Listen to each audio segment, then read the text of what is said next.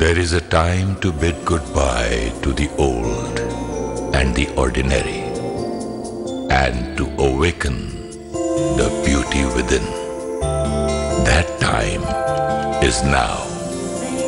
It is time to wake up and take charge of life. Awaken to a new way of thinking.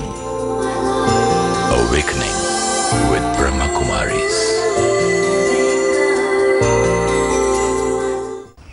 Namaskar. Welcome to Awakening with Brahmakumaris with Sister Shivani.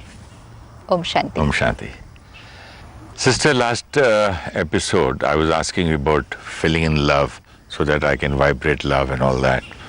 And then we concluded on the point of not being critical. Judgmental. Okay, judgmental. So what is the difference between judgmental and critical? You mean to say if I pass any judgment on anybody or I criticize, don't I love that person? At that moment, no. Why? Because at that moment I'm sending them energy which is not healthy for them. And there is nothing called healthy criticism? Negativity can never be healthy. Not for me and not for them. But I heard this statement somewhere. Constructive criticism. Healthy criticism, healthy. Yeah, like you have healthy stress and good ego. So healthy criticism, belief systems. Let's ask ourselves, when we are being criticized, how does it feel? Sometimes I ask people, why don't you let me know what is wrong in this scene of mine?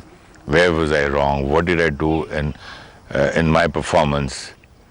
And sometimes I feel bad, but most of the time, no. That's in your act. We're talking of you as a person. In real life? Yeah. Well, I feel depressed and I go low, I sink. And if someone appreciates us? Just the opposite. Yeah. Just the other day we were sitting with you and your wife. And we were having a nice conversation. And for your good, she was being very, very concerned. Very concerned. Loyal. Very concerned. Loving. But in that, with the intention of concern, but the method was a little critical. Because she was pointing out a little of your weaknesses with the pure intention that you're going to start working on them. And then at the end of 2 hours you said, the whole evening you have only criticized me. Did you find nothing to appreciate? Not even one point. Not even one point. And so then she moved back.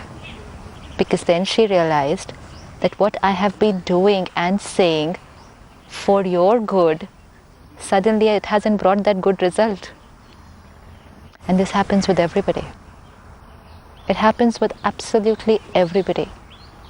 When we're criticizing them, we think we're doing it for their good. And we're quite liberal with our criticism, especially between parent and child. Parents are very liberal with their criticism for children.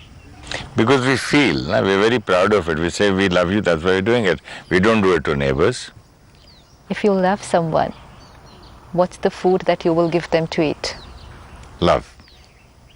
It has to be healthy, nourishing, empowering, energizing. Not the food, not the energy which is depleting, demotivating, and depressing at times. Well, it depends on, maybe, even if I say it very sweetly. No, it's not about saying. The manner. It's about thinking first and feeling. Okay. You mean to say when I am criticizing my child, my thought goes to him. Aura to aura, thought to thought. My energy goes to him. And once I've sent that critical energy, even though I say the words very politically correct, polite and soft, but the energy is already transmitted and it's going to hurt. So we need to be very careful with our words and our thoughts and our energy when we are working with people. Actually, more than words is the, as you said, thoughts we should be very clear about our thoughts and the energy we transmit first, because that goes first, then Yeah, because it's 25 to 30 thoughts per minute, and the speed of thoughts, energy, is much faster than sound energy. So Probably, your thoughts have come to me first, and then your words come much later. But the thoughts have already triggered a thought here. Yeah, but Sister Shivani, probably to a child, a father or a mother or a parent wants to say something from maybe the last 20 days or months. And he's been sending that energy and sending, and finally, when he's ready to speak to the child, he's already sent it. So much of negativity. Now we've got to better speak to him, because I thought he might change by now, or some friends will say something, nothing is happening. Okay, now I'll have to do something. Okay, then you try to act out a sweet smile and all that. So for last 10, 20, 30 days, that has already been going to him. Already been receiving that energy. Yeah. And it's not just thoughts, we are very verbal also with our criticism. We receive huge number of emails from children, young, not very little ones, the young ones who are in their 20s and above, saying we don't even feel like going home at the end of the day. Because we know once we enter, they will start off. And if you talk to the parent, they'll say, we are saying it to them for their good. But we're not seeing the effect it has on the opposite person. At the Brahmakumaris, the seniors, they have this very beautiful way of working with all of us. This is huge army of brothers and sisters doing so much of work in such a big organization. So obviously everyone carries their whole set of sanskars, personality traits, strengths, weaknesses, everything. So when any of the seniors, the dadis, when they're talking to us, they will first highlight our qualities. Not flattery. The real ones. The real ones, which they genuinely appreciate in us. And they'll say, you know what, you're so good with this quality. It's amazing the way you've inculcated this quality in yourself. This is beautiful. This is the way it should be. And they will just go on for 5 minutes, 10 minutes. And at the end of 10 minutes, they will say, you know what, if you just take care of this one thing also, it would be wonderful. Full stop.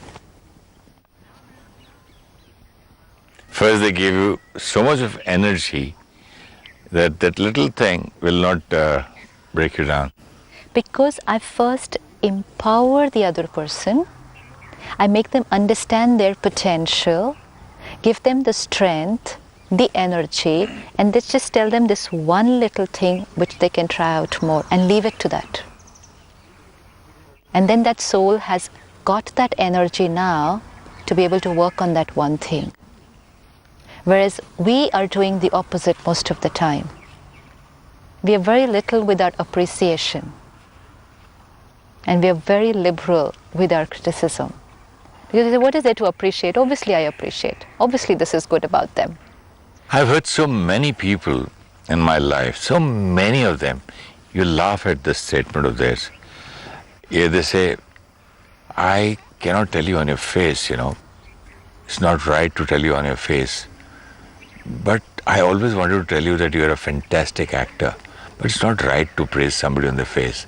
Dimag kharab ho jata hai na. This is a very common belief system. If you praise me directly, what am I going to do? Because to you, they're only going to say things to you which are good for you and which is their criticism. Because they want to change you. And they'll say it's for your good. But I can tell someone, but it's not telling which is needed. Let's say, suppose you're trying to work on your temper. Suppose you get angry very often. You already know it. You just need no one to tell you that. No one. You don't need a single person to tell you that if you want to do it. But sometimes they say, I should make him realize that he has this kind of temper. No one can make me realize anything. No one. That's why the want to change and the why to change has to come from within. Somebody could probably share with me how to change, but not the want to change and the why to change. Sister Shivani, I think there are at least some percentage of people who honestly do not know when they are wrong. Yes, but if they do not know, Tell them how much you want. They might nod when they're before you. Finally, at the end of the day, they still feel they're right. So this is not something that can be done with people. Never. So they have to realize themselves and want it. They want it and they know why they want to do it. If you want to work on your temper, your anger, the last thing that you need is people around you to say to you, you shouldn't be getting so angry. You shouldn't be getting so angry. This is not the way to behave. This is not the way to talk. I'm already trying to work on it. I'm trying to raise and transform my energy of anger. I'm trying to change towards peace. And here it is, everyone sending me this energy. You shouldn't be getting so angry. You shouldn't be talking like this. You shouldn't be doing this like this. And that sanskar only gets reinforced. You know why I'm laughing? It reminds me of my wife. When I put on weight, I am looking at the weighing machine. As it is, I'm upset when I'm wearing my trousers. I'm getting angry and I'm thinking what to do. Okay, I won't do this. I'm so upset with myself for indulging in food and the holiday. And then she comes and says, don't you think you should be losing weight? You're putting on... Then I can't stand it. Then this is what it is. I know about it and I'm worried. I'm already... You know what's the energy you need at that time instead? What's the energy that's needed at that time? You're worried. You're already angry with yourself. This is not the energy of transformation. So someone, family and friends, need to give energy of love and acceptance so that you get that energy to work on yourself. Because you have to do the work. No one else can do it. Love and acceptance means okay. It's cool. fine. It's fine. So what if you've put on so much weight? And then I'm still going to work on losing my weight. It's energy which we need from people around us because we're still not able to create it on our own. Unfortunately, the closest people are giving us the contradicting energy to what we need. Let's say, suppose you want to work on your anger. So instead of saying, you shouldn't be getting angry, you shouldn't be getting angry, it could be, you know what, you've changed so much. Look at where you were and look at where you've reached. This is absolutely amazing. How did you do this? And which is true. Again, it doesn't have to be flattery. It's what I genuinely feel. Then I'll be sending the right energy. If I don't feel that and I'm saying it, then it's no use, waste of time. If I genuinely feel, it's just that I have to shift my focus to that side. I have to shift my focus to the quality of that person. You've done so much. Earlier you would get angry for the smallest of things. Nowadays, hardly. Amazing. How did you do this? That's the energy. You shift to this place when you stop criticizing. The moment you stop criticizing, then you can see, oh, he's been doing this. At least let me congratulate him. Yes. I mean, first he used to drink every night, then once in 2 days, and twice a week, then once in a month, and that's great. What amazing willpower. Yeah. Lovely determination. How did you do this? Even I want to inculcate this quality. This is genuine appreciation. And when I'm able to appreciate my child, my partner, my friend like this, I'm empowering them. We have to understand people do not need advice. They already know what they want to do. They need power. No one, even your child knows what he has to do, what he doesn't have to do. But it's sanskar which he's not able to change. You know, it's like, suppose I have a sanskar of anger on me, and now you want to help me. So what do you have to do? That's already there. It's there on my slate. And you want to help me to reduce my anger. So what do you have to do? You are going to help me to rub this printing, na? And to rub this printing, what energy you'll have to create on this? Love. Peace and love. But you keep telling me, don't get angry, don't get angry. You should be working on your temper. Is this the way to behave? Reconfirming. I'm creating more on it. Stamping more and more. You're scribbling with me on my slate. I'm telling you are an angry man, you can never change. No, but every time you say it, and it reinforces my thought, I'm scribbling more on the slate. Your role as a friend was to rub my slate. And that's how we all together, so-called family, friends and well-wishers, are actually reinforcing the same sanskar which we want to finish. As a friend, instead of writing, rub it, no? Rub it. That rub it means the energy that you send. You know, it's not the words that you use. Sometimes we take care of what we are saying to each other, but we are not taking care of what we are thinking about each other. That thinking is energy which is writing on my slate. It's very, very, very subtle. And That's every right. time I'm criticizing, especially with children, we have to be so careful with children. While they're growing up, we're criticizing them, and which means we're sending them negative energy. They are growing. They are developing their self-confidence. They're still developing their self-esteem. And we tell them, you're like this, you're like this, you're like this. And a child believes the parent blindly. Whatever the parent says is true. So every time the parent criticizes a child, he's actually programming into the child, this is what you are, this is who you are. And the energy that he gives. Parents are fundamental in reducing self-esteem of children when they're doing this. How sad. That is why they like neighbors, uncles, grandparents, nannies, dadis, because they have in the course of time, they have understood how to, Empower a child. Absolutely. And because they accept that child. But the parents will say, oh, if I do not criticize, then it's not good for the child, because they will say criticism is healthy. It's like, a plant is growing in your garden and you go every day and stamp it like this. That is criticism. Every day we will go and stamp it like this, that little plant which is trying to grow in my garden. This is very, very, very important. That is what I've been asking you. I want to be full of love. I want to learn. Just try today. I'm not to criticize anyone. I will only look at their qualities, appreciate, accept, and if I want to tell them something, it'll just be one line. That's all, and full stop, because they know the rest of the story. They know it. Everyone knows it. So I will focus on giving the energy of acceptance, appreciation, and love. And if I have to tell them something, just one line. That's all.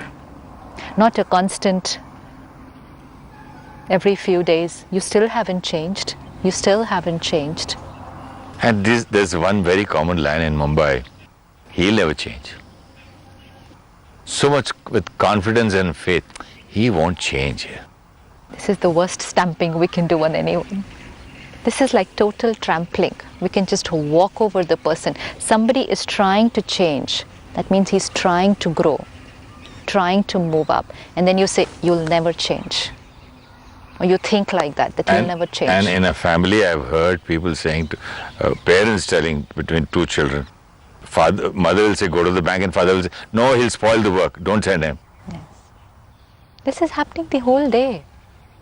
Whole day you are telling the child, you are no good. You are no good, you just can't do it.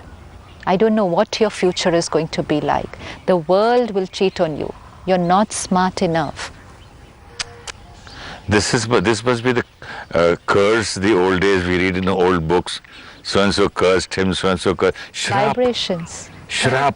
Either you can We're give cursing blessings. the child actually. Yes. And that means we're telling him, cursing him so badly that it happens. It will happen because it's energy. It's energy which determines the personality of the child. The child is still growing. It's still developing. Whichever energy we send them, they will grow in that direction. So it's going to be either love and blessings or criticism like this. And we can even go to the extent of physically beating them. And we'll say it's for their good. It's for disciplining them. Otherwise, they'll never learn. I've seen some directors, Sister Shivani, who will never get angry if an actor is late. They won't even do this much of this. Hey, hi, you've come, you're looking nice, man. Come on, get ready. Here's the scene. You will love this scene. Oh, it's so beautiful. Come on, I'm happy. Did you see your new dress? It's fabulous. Come on, get ready. How that man, he forgets his sorries. He forgets how beautiful this quality is. Because you've suddenly made the other person very comfortable. Because the one who's coming late is already a little guilty about that. He knows he's late, he knows he's kept a lot of people waiting, and then when he enters, he knows he might have to face a reaction. So he's already creating that negative energy, and one arrow of positive energy from you, things have changed. Not only with him, even the surrounding, everything, Yes. and the thing works, and you, whatever late, you make up that time. And we thought that unless we say it to them they're late, how will they ever learn? We're always thinking what I should say to people so that they will learn. It's actually now in this case, if you don't say anything to them and you just accept them like this, it means you respect them. They respect you. The next time they'll definitely try to be on time. But if they are late, they've made a mistake. You shout at them, you've done your part. Then he'll tell why. No, it's quit. I made a mistake, you shouted at me, quit. Next time I'm still free to come late. It's good. I made one mistake, you made the other, so fine. The game He keeps is over. quiet, he'll say, I owe you one. Yes. It is. Because you respected me, even though I had made a mistake. So I owe it to you now. This is how we transform. First transform ourselves, the others will change. But if we say, no, I have to teach him, and then we'll say, every day I say the same thing to him, but he still never comes on time. Why don't teach these kind of subjects to children? It comes to my mind every time I talk to you. I think it should be taught from childhood. It should be, actually. The art of thinking, feeling, believing. We used to have a kind of subject called morals, when moral science, morals, small parables. See, again, even small. today, parents are teaching us morals, teachers are teaching us morals, but they have to be inculcating them and believing them in their life. I went to a school, it was an international school, and there were 2,000 children, and the children had given the topic, can honesty bring success? It was their topic. Can we be successful if we are honest in life? Soft, very innocent. 1 hour conversation with them, talked about it, and after 1 hour, yes, we are going to be honest, definitely. They went to their classes. They were little ones, 6, 7 standard. All the teachers came. So we don't think it's possible to be successful, being honest today. I said, okay, let's go to the class again. It took 1 hour to take them towards honesty can be success. It'll take half an hour to go back in the other direction. And we'd say, no, honesty doesn't work. So they say, no, you're not supposed to say that to them. To them, you're supposed to say, honesty works. Honesty is the best policy. So it's not going to happen. And then we're saying, why are our children not inculcating the morals and the values we're teaching them? Because first, we don't believe in them. Second, we don't live by them. So we're not transmitting the energy, we're just speaking about them. How will it work? Some children say to us that if we are fighting, siblings are fighting, the parents are shouting at us. What about when they are fighting? Huh? It's true. What right do you have to shout at us because we are fighting, and what are you doing? They said that? Yes. So then? It's just eye-opener. So if you're both allowed to fight, what's the problem? They're not going to learn by lectures and talks. And actually that's why we don't have to teach children much. We just have to be it. You be it, live by it, that energy reaches out to them, they become it. I'm shocked the children said, what about you parents fighting with each other? You always teach us, and what about you? You have the right to fight. That's true.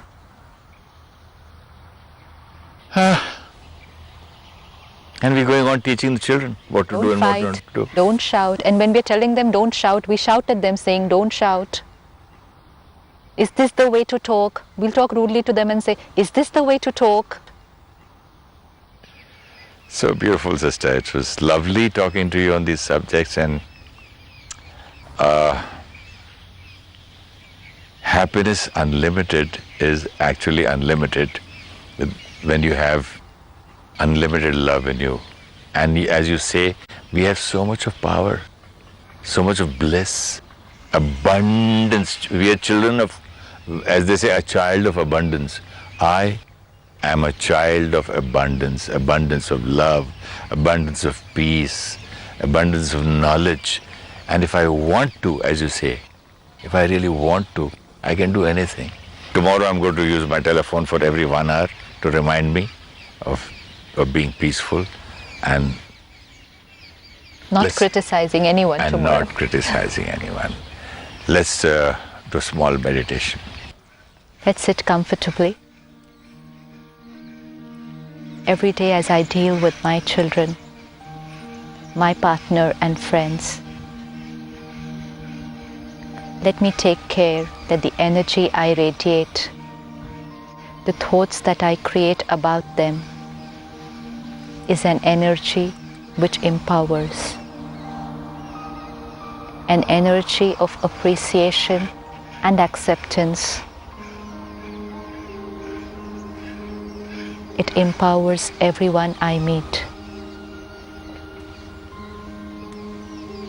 Let me see myself the entire day, taking care, paying attention, come what may, no criticism, verbal or internal, no criticism today. Only acceptance, appreciation, and unconditional love.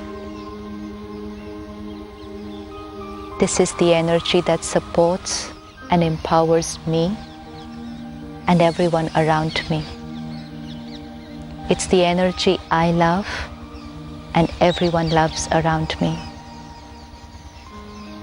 because I am a loveful being. Om Shanti. Om Shanti.